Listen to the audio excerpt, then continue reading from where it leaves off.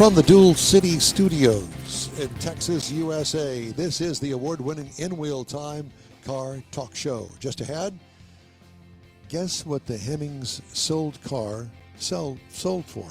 Okay, Okay. we could do that. We also have our story of the week.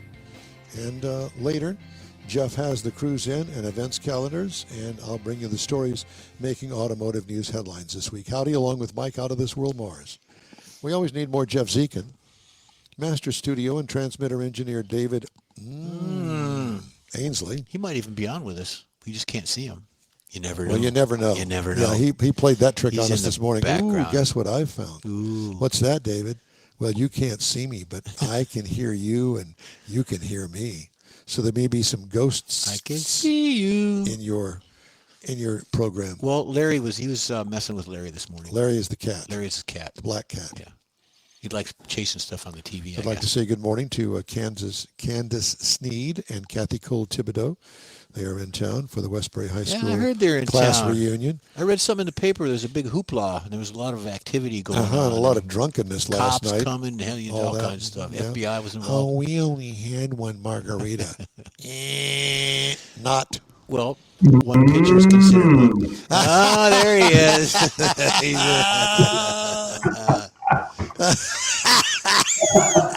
We got a phone-in guest, huh? Yeah, we do. There's a lurker in the room. A lurker. Uh-huh. Are you in a white van? It's David Epstein here. Oh, good Lord. No, we don't want to even go there. But, yeah. So did you hear me kind of spill the beans on your new found fun button over there to get into the show? I did, and I'm not going to turn my camera on because I've been out sweating in the garage trying to clean it up. The spider web infestation. So. Oh, really? Yeah. Is that weird car that your son bought? Is it still in there? It is. What is that thing? It's a Suzuki Wagon R. Right-hand drive. And it gets right-hand drive. It gets 58 miles to the gallon. What does it got? One cylinder in it? 3-cylinder. A 3-cylinder. Tops out about 85 miles. That is the weirdest Hey. little. It looks almost like a itty bitty, teeny weeny little milk truck. Yeah, like a tuk-tuk. It does. A tuk. Yeah. There you go. Tuk-tuk. But you know what? The Chevy Trax has a 3-cylinder in it, and I don't think it gets 50 miles to the gallon. Well, there you go. Yeah. So What year is your tuk? The tuk-tuk is a 1999, I believe. Wow. There you go. So it's over 25 Get years the sport old. model. Yeah. So you're able to import those after 25 years. And Yeah, apparently, Yeah. pardon me? There's a cool place near Austin that deals these things, and they get them in, I guess, after. I believe that he's been a guest on this show one time. Yeah. Is that correct, Mr. Mars? Mike is muted, Mars. Mike is muted. Way to go, Mars. Yeah, he's been on a couple of times because we talked to him whenever he was trying to work with the legislature to try and get some rules changed. Yep, I remember that. Interesting. Okay. Well, thank you, David, for joining us. Well, I will, and I'm waiting for the big Sold car.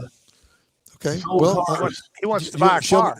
All right, let's do that. Let's do this first. Go ahead, Mike. We're going to do the sold car roundup from Hemmings, and this happened last week. Well, we got Jeff Heitzman, and hopefully George is on the line. Okay, good. All right. So our first car up this morning is a 1988 Cadillac Fleetwood. Now we're talking about a big car here. Yeah. But it's a sharp-looking car with square headlights. Look at that beauty, man. But somebody put black walls on that. No. They're probably getting ready to tub it out. Oh, good Lord. That's wrong. And it's got the Landau roof. That's all right too, because it's a Brougham. It's a Fleetwood. Broham. Fleetwood Brougham, yeah. Broham. I bet you that feels like a marshmallow when you're going down. Oh, the road. you bet. I'm drooling a little bit. So how much do you think that car sold for? That car sold for $17,000. Okay. How much, David? 10,000. Jeff Heitzman says 33. Oh, George And is up in Kansas, so I'm not sure he's Okay. still hanging All right. with All us. right. So that's all right. Because this car sold for $5,500. mhm. It doesn't even need any interior work. Well, the it's a little driver's rough. seat is a Yeah, little rough, but that's cracked okay. up. Yeah, it's okay. But leave it. Just drive it. That's the whole goal there. All right, next up. a 1963 Oh my God. Pontiac Catalina convertible. That, my friends, is a car that Don Armstrong would look really good driving. Would. Waving down the street. Doing your queen wave from the back seat. Sitting up on the back, Yes. Oh, stop. It just makes my heart beat faster. both hairs flowing in the air. Yeah, both hair. Yeah, that's right. 1963 Pontiac Catalina. How much did it sell for? 21. 28. How much? 28, did you say? Yep. Okay, 28. That's a nice looking car. Jeff says 19. Okay, get this. Everybody sitting down? It sold for $39,900. Oh, wow. That is a nice car. It is. I got another nice car. This would be perfect for George. A 1941 Cadillac 62. Not big on the Mexican blanket cover up on the seat there, but 41 Cadillac 62. It's a two-door, fastback, wide whites. How much did that sell for? The green color would turn me on. I couldn't do green. No green. Green Whatever. I'm not sure that's a factory color even. Well, we don't care. We know the blanket's not. Yeah. And what is How that much one? did that thing sell for? It could have been built in Mexico. I'm thinking $10,000. 29. 29. Wow, we're all over. And Jeff says 41. Well, it sold for $18,375. Wow. Now it needs a repaint. If I was going to buy it, I'd have to go to and Randy. An upholster. Yeah, And some mechanical work there on the other one. I don't know what that is. whatever. All right, next up, a 1961 Chevrolet Apache. There's that green again. I know. A 61 Chevy Apache. Now this is what we called a step side, not a fleet side. The fleet side was smooth. The step side, I don't know why anybody bought those things, but they did, because it narrowed the bed. 61 Chevy Apache. It looks clean. How much? 15. 18. And Mr. Heitzman says 12. It Yeah, sold think for about it. $16,800. Oh, that was close. Well, updated That V8 was and everything. 15. It's a Yep. pretty nice I driver. missed it. We're just Yeah, missing- you know, it might not be a V8. It might be a straight six. Would be No. fine. No, it's got a It's got- V8. How do you know? It's right Oh, there. I see. It's in the picture. Well, I wasn't looking at the damn picture, okay? Yeah, he doesn't have the full shot, evidently. Okay, next up, a 1957 Chevrolet Bel Air four-door. Hard top. It's a hardtop. Yeah. Four-door hardtop. 21. I'm just going to blurt it out. Blurt it out. Blurt it. I blurted 21. 17. I think you might be on there, Dave. You might be on. So Where's is Mr. Mr. Heitzman, Mr. He's Heitzman still. contemplating? I But we guess. want to give him time to Shot. get Oh, the there he bid is. in there. There you go. And you go 9,000. So it's Jeff is spot on. 17,325. That was me. David. Oh, I'm sorry, David. Whatever. Have some coffee, Don. Oh, Here's a You go, Hook. Here's a Don Armstrong car, a 1955 Studebaker E7. We talked about the Studebaker not that long ago on this show. 55 Studebaker E7. I have no idea. looks like And an LS. Studebaker made pickup trucks for a very short period of time, and it kind of has an automobile look to it. To It be does. honest with you, Big, wide, fat fenders on it. yes, but they're smooth. Anyway, 55 Studebaker E7. How much? I'm I going to think go. it's got a V8 in it as well. It's not a Yeah. modern, not a new one, but a V8. Jeff Heisman says 11. I'm going to go 18. I'm going to go 22. How about 14,175? Wow. We're still all over the board. Yeah. Okay, we're getting down here to the end. Next up is the 1981 Mercedes-Benz SL class. 81 now. 81. That's like $8. $8. It's got a manual transmission in it, convertible.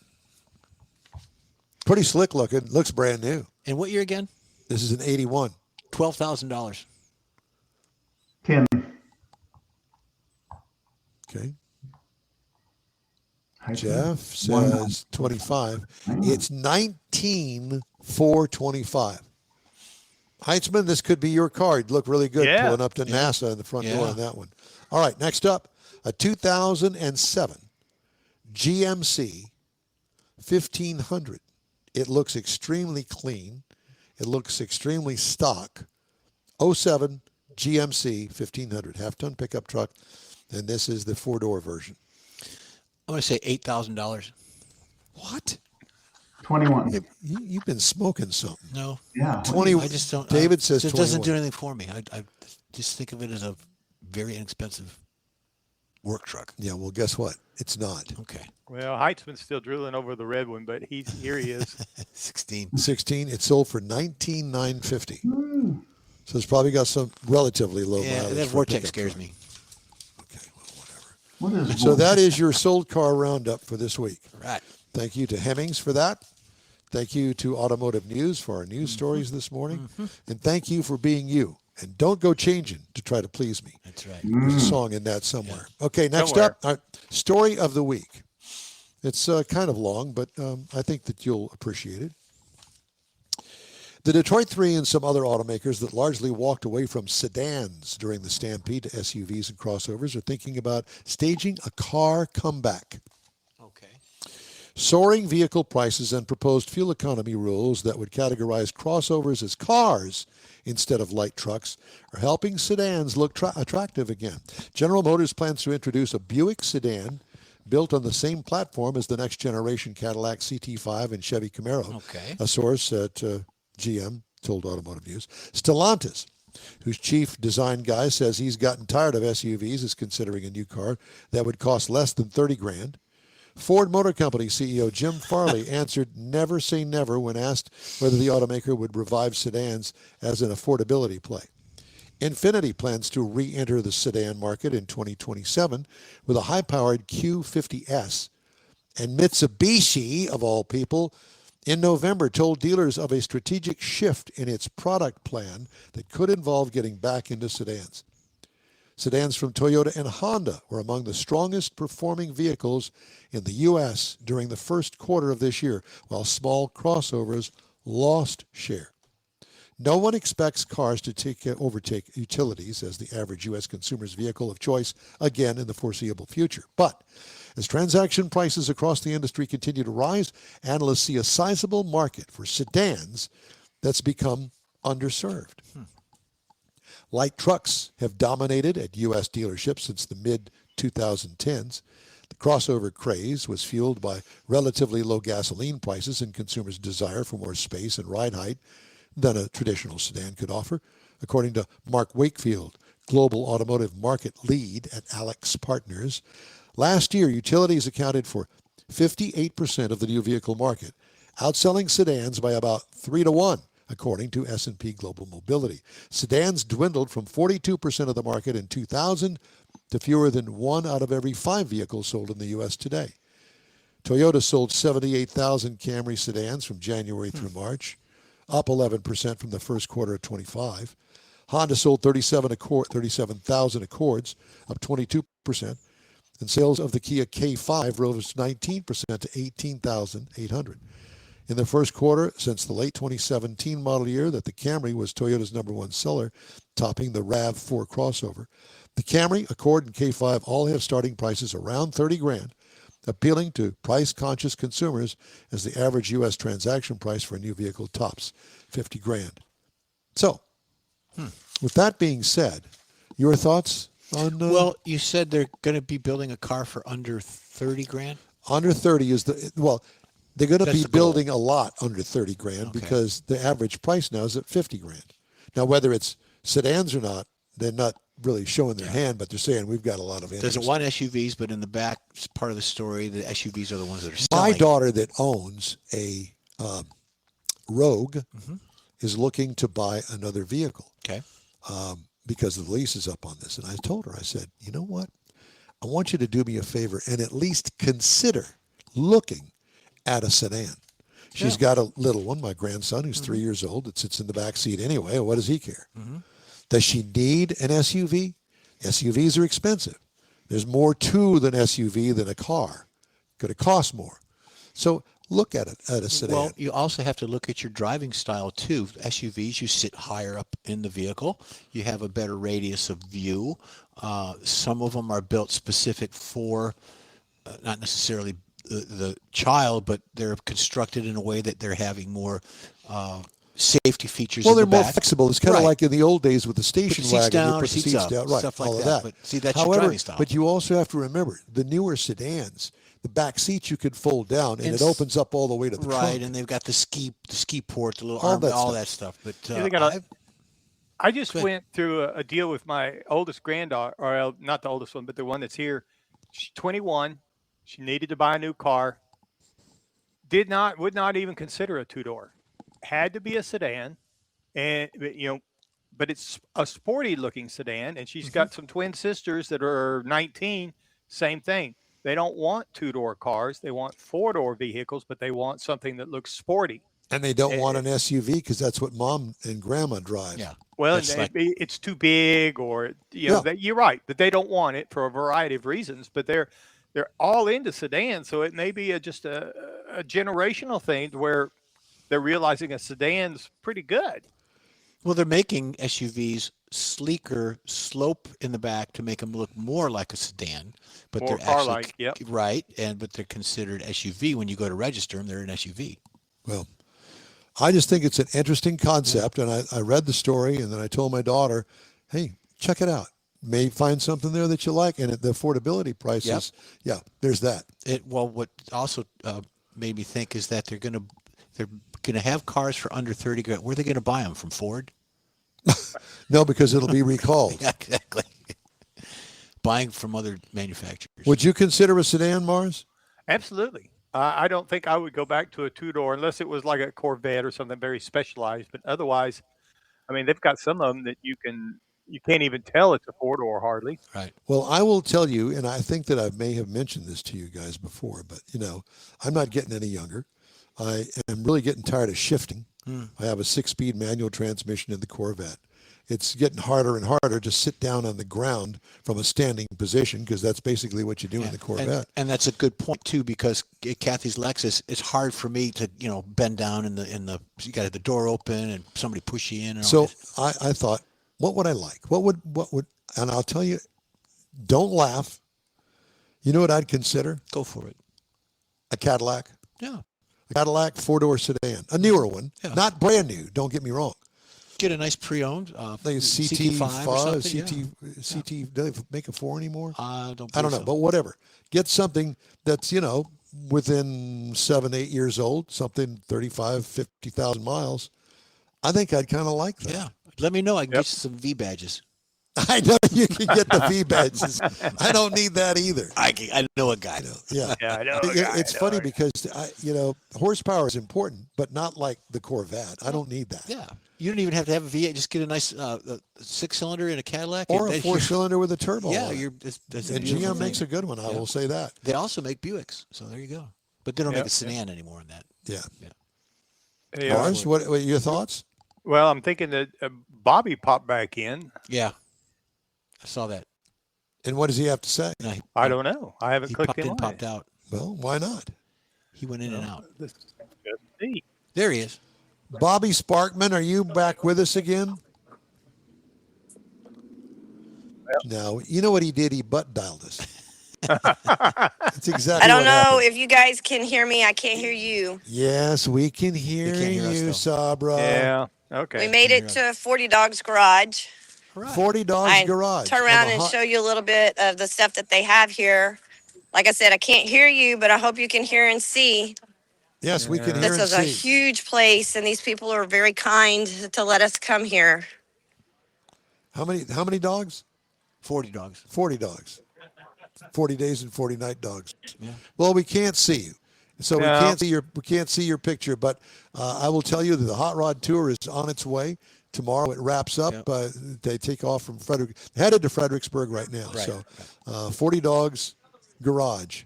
So check them out. Yep. And check out the Hot Rod Tour of Texas On Facebook. Hey, coming up, Jeff has the cruise in and events calendars, and I'll have a couple stories making automotive news headlines. We're going to wrap things up for today's show. Stay with us. The In-Wheel Time Car Talk Show continues right after this quick break. The Tex-Mex dining experience is defined by Lupi Tortilla, your destination for Texas's best beef fajitas and frozen margaritas.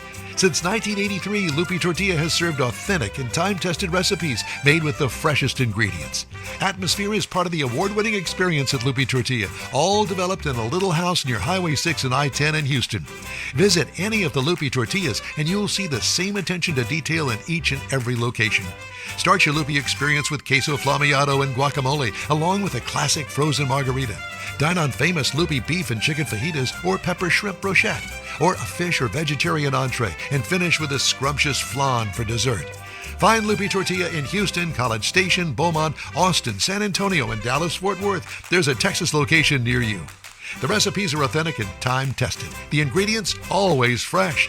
Lupi Tortilla. Eats pretty good.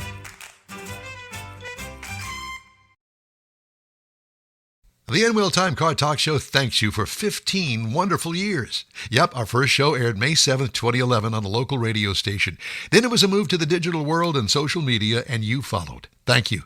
We continue to build and grow our fan base, and it's all because of you and your auto enthusiast friends. We appreciate your support.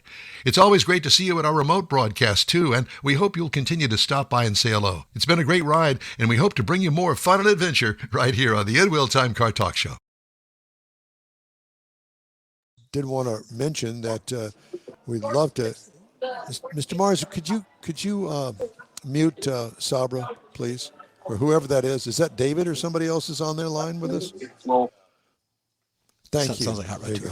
All right. Hey, be sure and join us for our regular live show every week. In-Wheel Time airs Saturdays 10 to noon on Facebook, YouTube, and inwheeltime.com. And of course, if you miss it, you can catch 30-minute podcasts from this show at your favorite podcast store. It's free.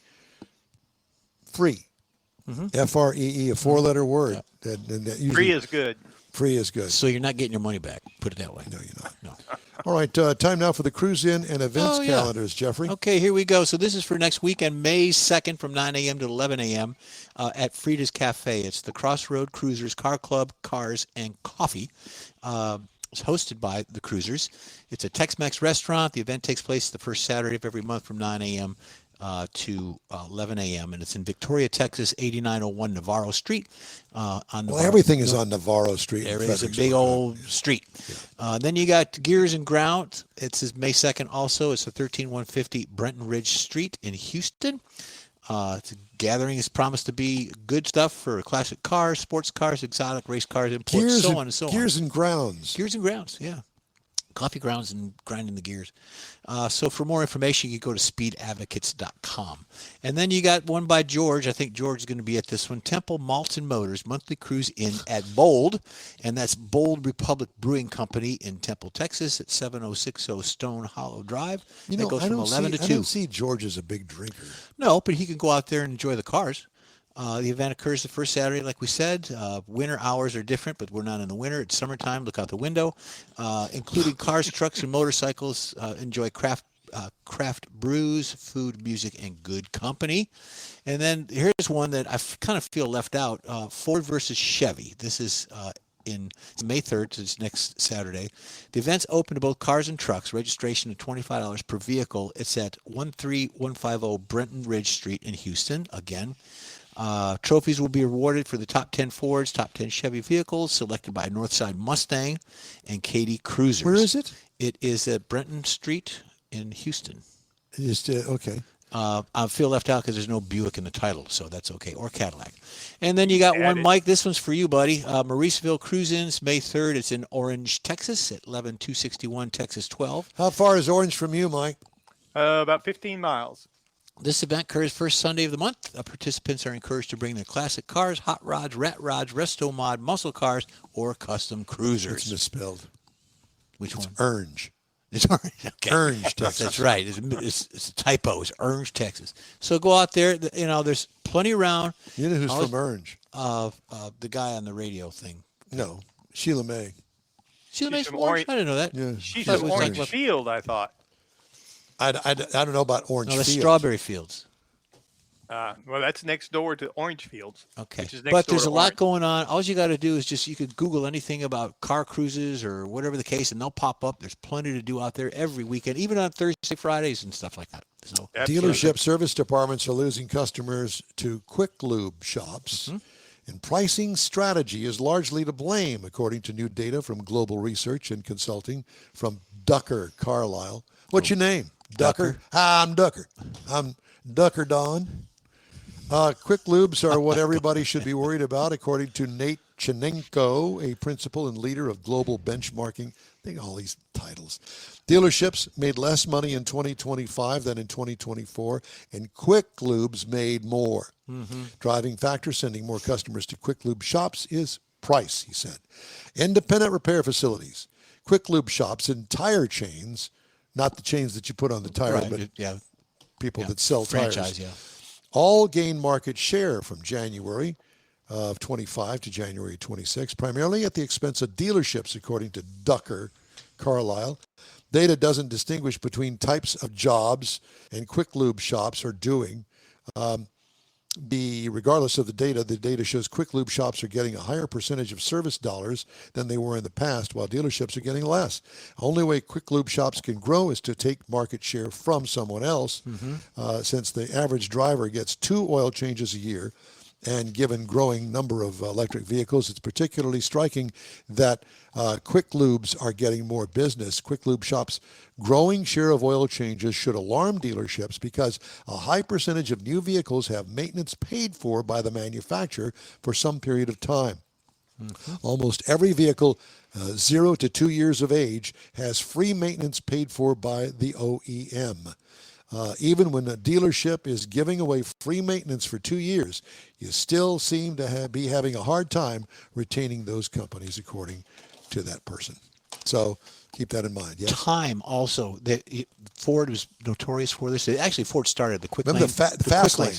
lanes. Quick lanes is what they called them. They actually took old dealerships and remodeled them and reconverted them. But to that point, yes, you're getting a little bit better buy, a little bit better deal, but you're quicker.